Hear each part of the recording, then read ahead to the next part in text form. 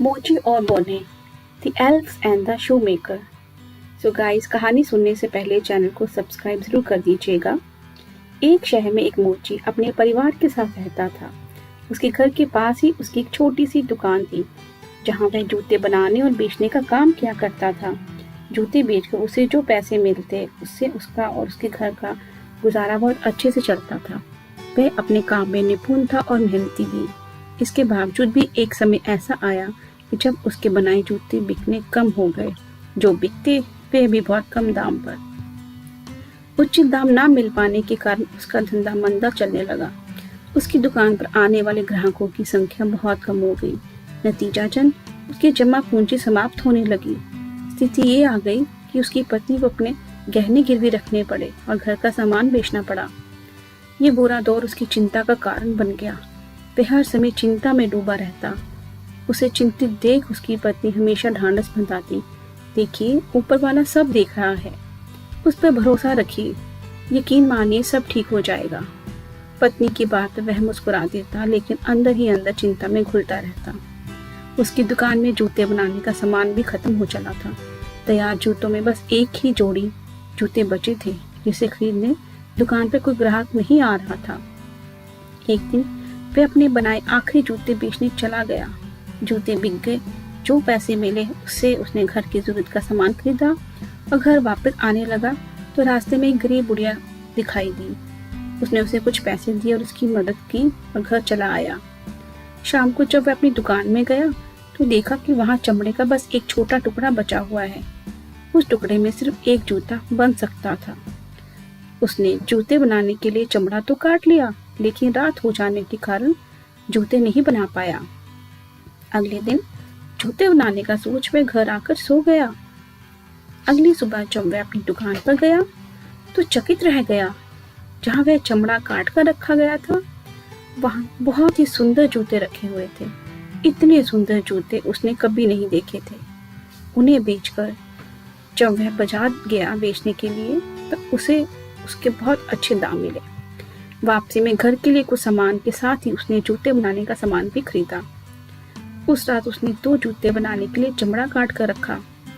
अगली सुबह दुकान में उसे 2 जोड़ी सुंदर जूते मिले। वह हैरान था।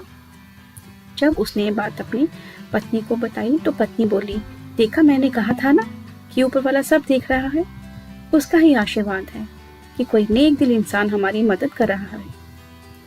मोची के चमड़े काट कर छोड़ने और फिर अगले दिन बने बनाए जूते मिलने का सिलसिला जारी रहा।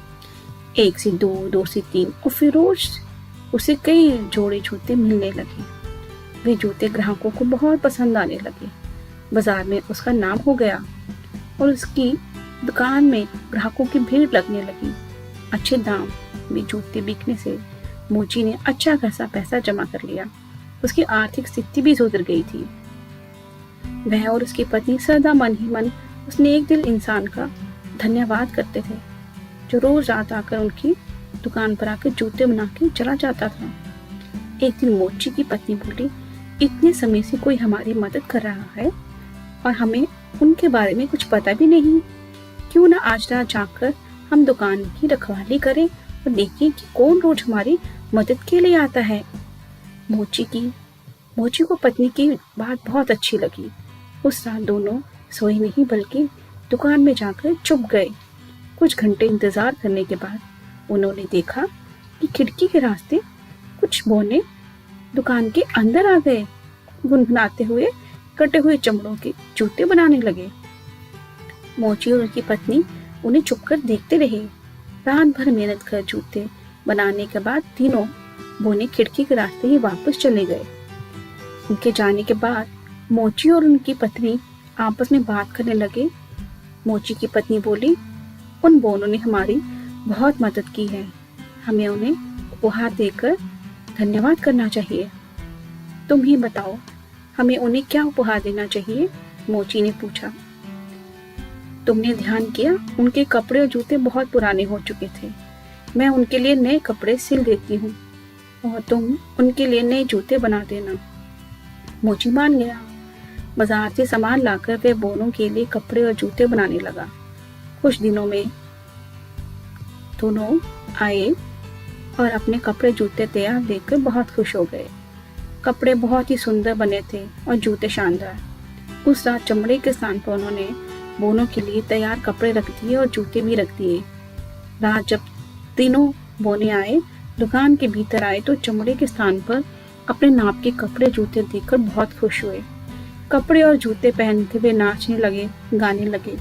उन्हें नाचता गाचता देख मोची और उसकी पत्नी बहुत खुश हुए। वे समझ गए कि बोनो को उनका उपहार पसंद आ गया है। उस रात के बाद कुछ रोज तक मोची ने देखा कि उसके काटे गए चमड़े दुकान में जस के तस पड़े हुए हैं। बोनो ने वहां आना बंद कर दिया था।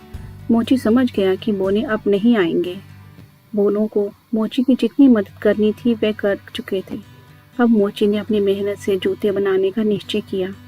इतने दिनों में उसे ग्राहकों की पसंद नापसंद का अंदाजा लग चुका था और हुनर की उसमें कोई कमी नहीं थी। मेहनत से वह जूते बनाने की अपनी कलाओं को और निखारने लगा। अब उसके बनाए जूते बोनो द्वारा बनाए गए जूतों जैसे सुंदर थे। ग्राहकों को उसके बनाए जूते बहुत पसंद आने लगे। वे उसकी दुकान में आते रहे और उसकी दुकान सबसे सुंदर जूतों वाली दुकान के रूप में शहर में मशहूर हो गई।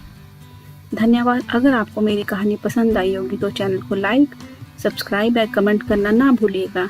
बाय। मिलते हैं एक नई कहानी के साथ।